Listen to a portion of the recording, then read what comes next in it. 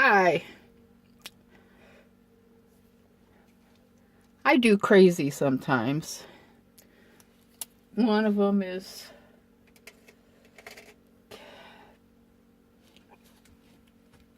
ideas and stuff. I made a post a while back, and I kind of wish I had put the person who designed this spread on it, and I should do that. I'll do that and write it down because they had an interesting blog. And then I took and thought, well, I'll do like they're doing and every week. And so I made myself this pamphlet that I put together, several pages for several weeks. I made myself these little PDFs that I can print out real easily from my email. And then I put them together, and I don't have a saddle stapler, so I just use a big needle and embroidery floss and put it together booklet, pamphlet style. So, and I do the goal setting spread once a week, and the beginning of my week is Mondays, so this is for Monday.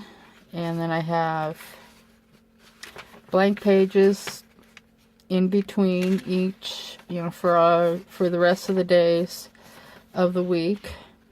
And then sometimes I'll insert an extra spread, and this time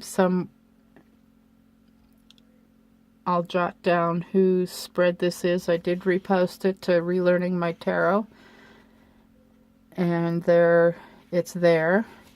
So I'll do that on the next new moon. My usual Monday spread, probably. Sometimes I blow it off, and so on and so forth for the next few weeks until the next full moon, and I'll put another one together. And I keep all of the completed ones in a packet, kind of. My husband works someplace where they use rolls of paper, and so I made this folder. So here are some books that I've already filled up. I started doing it on the last new moon with Ethany Dawn's challenge, manifestation challenge, and then just continued it, and it ends up with lots of doodles. And there's one that didn't get in a booklet, but if I want to, if I really feel ambitious, I can take these and end glue them and bind it up if I want to.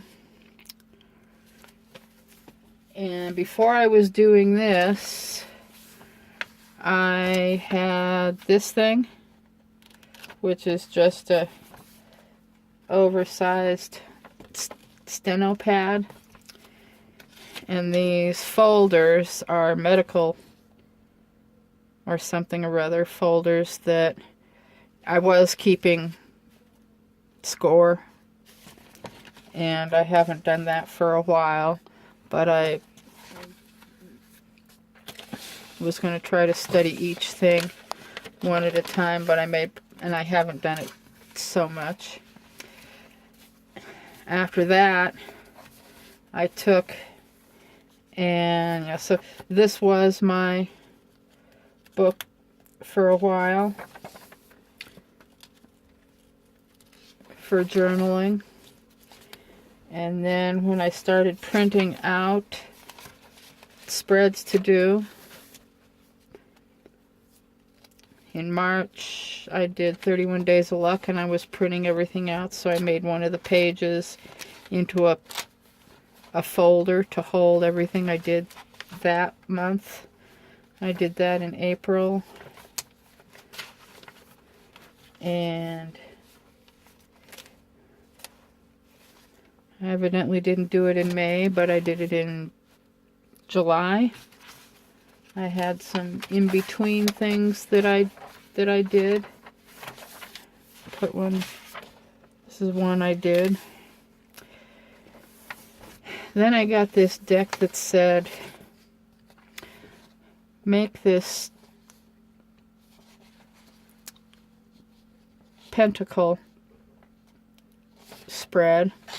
And because I didn't have a whole lot of room, if I wanted clarification, you know, I'd go 1, 2, 3, 4, 5 with my things. And one of my thoughts, was unconscious, analytical, abstract, fire, earth. And I have them kind of backwards, I think, to the sorts of ideas when people think of a pentagram. And if I want clarification of one of them, I like to deal into piles, so there would be a pile of cards for each thing. So I pull another card and set it across the way to clarify this card, and so on and so forth around the pentagram. And for these sorts of things, I keep templates. I have master templates for a lot of things. And sometimes when I feel like doing I go ahead and print them out and use them. I keep them in a separate spot. This is extra copies. Lots of extras of blank ones.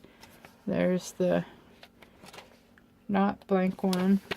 And I keep them all just kind of in a sheet of paper sort of folder. Sometimes I'll print out a whole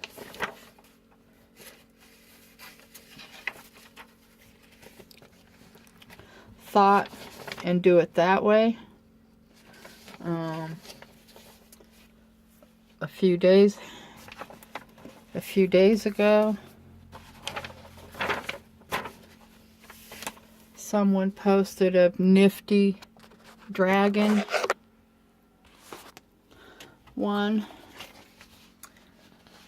and I printed that out and used it as a template on my tabletop. Here's today's reading,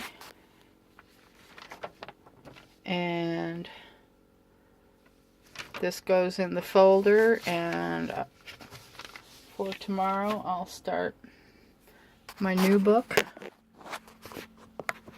The cards will probably just hang out right where they are for now, and this, I may take some notes from today's reading to help me think about what my goals are for next week.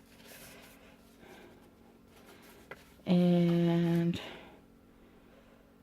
that's a little bit about my crazy processes.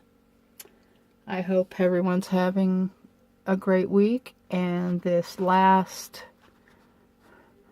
quarter coming up to the new moon is super for everyone.